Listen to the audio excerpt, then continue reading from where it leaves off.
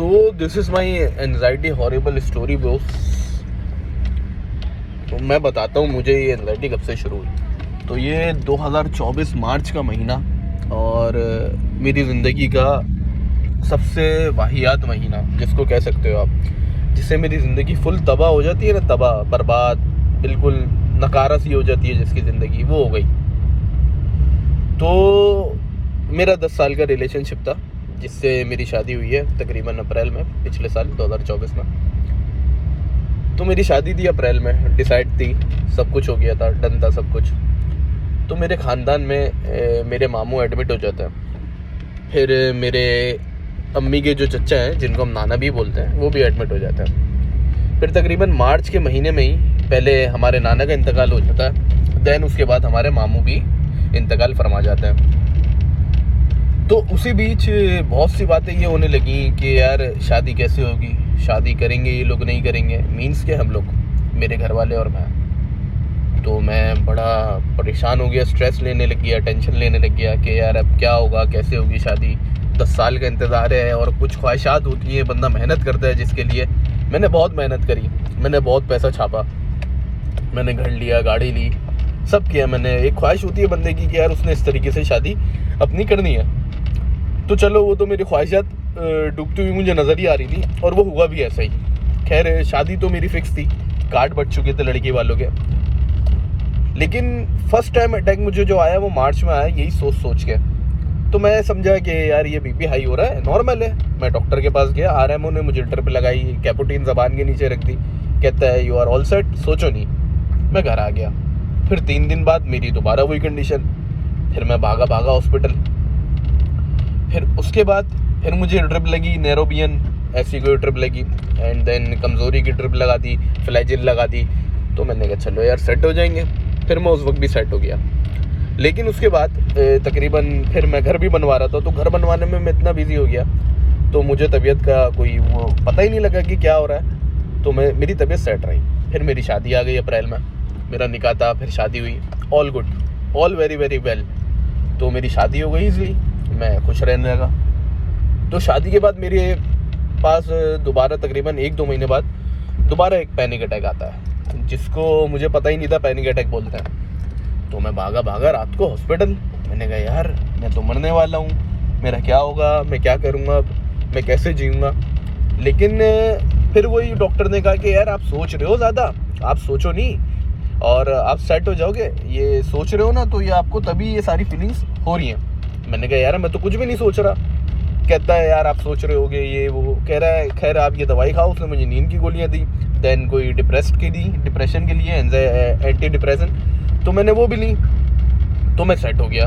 फिर तकरीबन मेरी 2-3 महीने बाद दोबारा तबीयत ख़राब। तो फिर ये रेगुलरली होता रहा। तो फिर मुझे पता लगा यार इसको जो है पैनिक अटैक्स बोलते हैं। तो मुझे पैनिक अटैक्स आने लग गए। फिर उसके बाद तो ये मज़ीद और बढ़ गए। मीन्स कि यकीन करो आप, मैंने हॉस्पिटल्स में ही 4 से 5 लाख रुपया खर्च कर दिया। किन चीज़ों पे? सिर्फ ये पैनिक अटैक से लड़ने के लिए। क्योंकि पैनिक अटैक्स कुछ इस तरीके से आ रहे थे कि यार ये मतलब बर्दाश्त नहीं होते ना।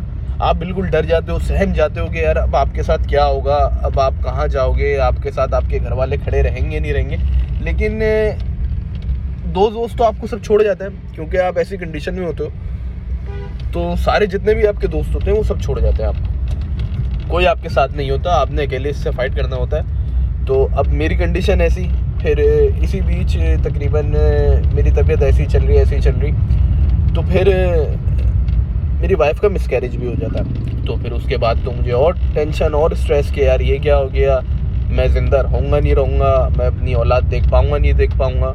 तो ये सारे पैनिक अटैक्स इसी तरीके से चलते रहते थे। तो ये बहुत मुश्किल था इनसे डील करना। खैर मैंने इसको डील किया। मैं डॉक्टरों के पास गया, फिर सही हो जाता था, फिर डॉक्टर के पास जाता था, फिर ख़राब। तो कुछ टाइम तबीयत सही रहती थी, कुछ टाइम ख़राब रहती थी। तो मैंने कहा यार मेरे तो ये समझ में नहीं आ रहा। फिर मैं गया, मेरी हार्ट बीट का भी मसला था ना। फिर मैं गया कार्डियोलॉजिस्ट के पास। उससे मैंने अपने करवाए टेस्ट, DSC करवा लिया, ECG। भाई ECG तो हर घंटे ECG करवाता था मैं कि यार मैं शायद सही हो जाऊँ, ECG करवा लूँ तो मैं शायद फिर सही हो जाऊँ। तो ECG में तो कुछ ना कुछ आएगा, ब्लड टेस्ट रिपोर्ट सारी सही है, हर चीज़ सही है, हर चीज़ नॉर्मल है। तो मुझे लगता था यार ये सब जो है ना, मुझे कोई बड़ी बीमारी हो गई है और ये लोग मुझे चाह नहीं रहे कि बताने के यार आपको ये बड़ी बीमारी हो चुकी है। मैंने कहा चलो यार देखते हैं कौन सी बीमारी है ये। फिर भी मैं इन सब चीज़ों से रिकवर नहीं कर पा रहा था। तो मैंने बहुत कोशिश करी कि यार मैं इन चीज़ों से रिकवर कर लूँ, लेकिन नहीं, नॉट पॉसिबल। तो ECG करवाता था, वो डॉक्टर मुझे बोलता था यार आपकी ECG तो बड़ी अच्छी आई है, हार्ट बीट तेज़ है, तो उसके लिए आप ये करो, इंट्राल ले लो, बीटा ब्लॉकर्स जो होती हैं वो मैं लेना शुरू हो गया। फिर उससे मेरी हार्ट बीट इतनी डाउन होनी शुरू हो गई, यानी कि ऐसा लगता था कि दिल धड़क ही नहीं रहा। तो फिर मैं भागता था डॉक्टर के पास, बड़े बड़े हॉस्पिटल से गया, हर हॉस्पिटल में चेक करा मैंने, यार ये वाला हॉस्पिटल मुझे ठीक कर देगा, ये वाला डॉक्टर मुझे ठीक कर देगा, ये वाला डॉक्टर मुझे ठीक कर देगा, लेकिन ऐसा नहीं होता था। उस वक्त तो मैं डॉक्टर से बात करके सेट हो जाता था, सेटिस्फाई कर देता था डॉक्टर के यार आपको कोई ऐसी बीमारी नहीं है, आप फजूल में टेंशन ले रहे हो। फिर ये सब होता रहा तो मैं गया भाई कार्डियोलॉजिस्ट के पास जब, तो मैंने उसको बताई सारी कंडीशन। अच्छा, कार्डियोलॉजिस्ट को जब दिखाने गया तो मेरा हार्ट रेट जो आया था वो आया था 125। बहुत होता है 125, मतलब आप कंट्रोल नहीं कर सकते। आपका दिल, आवाज़ आ रही होती है आपको कि हाँ यार मेरा दिल इतनी ज़ोर ज़ोर से धड़क रहा है। आप किसी काम के नहीं रहते। मेरी बहन थी मेरे साथ में, तो मैं उसको लेकर गया भाई, मैंने हर डॉक्टर को दिखाया। तो फिर मेरा DSC टेस्ट था तकरीबन 31 तारीख को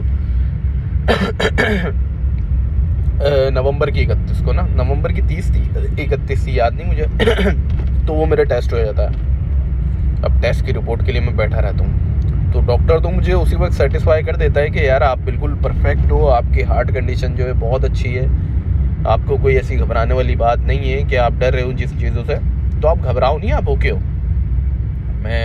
मैंने कहा यार ये डॉक्टर ना मुझसे झूठ बोल रहा है, मेरे दिल में कोई ना कोई मसला हो गया है, वो मुझे बताना नहीं चाह रहा, क्योंकि मेरी उम्र कम है, तो चाह रहा होगा छुपा लूँ मैं इससे, बेचारे से रहम खा रहा होगा मुझ पर। तो खैर उसने बोला कोई दवाइयाँ आपने नहीं लेनी, आपको एंजाइटी है, और आप एक काम करो, आप वॉक करो, सुबह जाओ आप, मौसम भी अच्छा था तो कहता है मौसम बहुत अच्छा है, आप जाओ वॉक करो। मैंने कहा चलो ठीक है। फिर मैं वहाँ से आया, यार मैं बिल्कुल परफेक्ट, मैंने कहा यार ये तो ओके हो गया, मैं बिल्कुल सेट हो गया हूँ, तो मतलब मेरी तबीयत तो सही है, मैं सिर्फ सोच रहा था। अब ये निकले दिन, तो फिर मुझे एक और नया सिम्टम। अच्छा, एंजाइटी में पता है क्या होता है, पैनिक अटैक में एक अलग अलग नया सिम्टम आता है, मतलब आपको दाना निकलेगा, आप सोचोगे यार मुझे ये क्या हो रहा है, मुझे ये क्यों हो रहा है, आपका हाथ सुनोगा, आप बोलेगे यार मुझे ये क्यों हो रहा है। लेफ़्ट शोल्डर जो है आपका पेन करता है, चेस्ट फुल हो जाता है, बिल्कुल बहुत भारीपन हो जाता है चेस्ट में, और लेफ़्ट शोल्डर में हाथ भी उठाओगे तो दर्द कर रहा होता है। तो जाहिर सी बात है आप सोचते हो यार आपको ना दिल का ही मसला है, लेकिन वो दर्द आपको रहता है। यार मैंने हर डॉक्टर को दिखाया, एक अलग सिम्टम, फिर हर अलग अलग डॉक्टर के पास जाऊं, उसको बोलूं यार मुझे ये सिम्टम आ रहे हैं, मैं क्या करूं। कहता है यार अच्छा, किसी डॉक्टर को तो समझ में नहीं आती कहानी।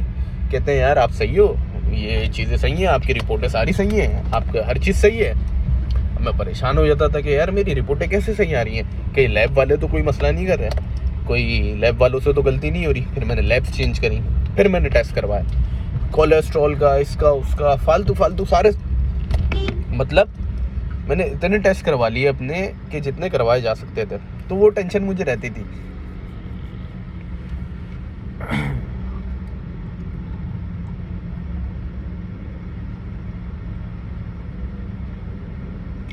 खैर वो टेंशन से निकलना बहुत मुश्किल था, तो मैं कोशिश करता था कि यार कैसे इस टेंशन से निकलूं बाहर, कैसे इस टेंशन से बाहर निकलूं। तो कोशिश, जाहिर सी बात है आपको कोशिश ही करनी होती है, और आप उस टेंशन को रिकवर कर जाते हो। तो मैंने बड़ी कोशिश करी कि यार मैं इस टेंशन से निकल जाऊं, लेकिन नहीं हो पाता। वो कहने की बात होती है कि आप निकल जाओगे, नॉट पॉसिबल, इतना कोई ईजी वे आउट नहीं होता इसका। फिर मैंने एक नया डॉक्टर ढूंढा, मतलब नया डॉक्टर एक थोड़ी, आप इस तबीयत में हज़ारों डॉक्टर ढूंढते हो।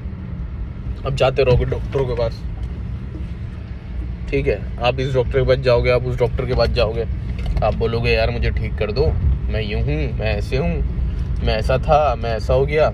और ऐसा ही है, क्योंकि मेरी तबीयत ख़राब होने से पहले मैं ऐसा बंदा था कि मैं किसी से भी नहीं डरता था। मैं बड़ा खुश इखलाक, बड़ा मज़े में रहने वाला, फुल एंजॉय नहीं करते लाइफ, वो बंदा। आना जाना, घूमना फिरना, बाहर बैठना रातों को दोस्तों के साथ जाना, गाड़ी चलाना, दूर दूर जाना। मैंने गाड़ी चलानी छोड़ दी, मैंने बाइक चलानी छोड़ दी, मैं अपने कमरे में बंद होकर रह गया। तो तकरीबन साल होने वाला है। अभी भी मैं फुल रिकवर नहीं कर पाया हूँ, लेकिन अभी आपको बातों से लग रहा होगा यार ये बंदा तो बिल्कुल ठीक हो गया, ये तो बिल्कुल परफेक्ट हो गया। नहीं भाई, अभी तकरीबन 70-60% मेरी एंजाइटी रिकवर हुई है, फुल नहीं हुई।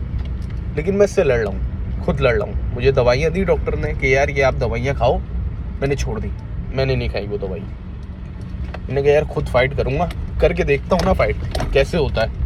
कर रहा हूँ फाइट, तो ऑल ओके जा रहा है। तो ये थी मेरी हॉरिबल एंजाइटी की स्टोरी। अब नेक्स्ट पार्ट में बनाऊंगा ये वीडियो, क्योंकि काफ़ी 10 मिनट का हो गया है, बहुत लंबा हो गया, आप लोग देख भी नहीं पाओगे। नेक्स्ट वीडियो बनाऊंगा मैं रिकवर कैसे कर रहा हूँ, क्या सिम्टम्स थे, सारी चीज़ें बताऊंगा, कौन कौन सी दवाइयाँ ली, किस किस डॉक्टर के पास गया, और अभी मैं लास्ट जिस डॉक्टर के पास गया उसका भी बताऊँगा। तो फ़िलहाल ये थी एक वीडियो मेरी एंजाइटी की स्टोरी के बारे में। आई होप आपको पसंद आएगी। अगर आपके साथ भी यही होता है तो चैनल को सब्सक्राइब करके बेल आइकन को दबाएं। मिलते हैं आपसे अगली वीडियो में। अपना ख्याल रखें, दुआओं में मुझे याद रखें। Goodbye and take care दोस्तों, अल्लाह हाफिज़।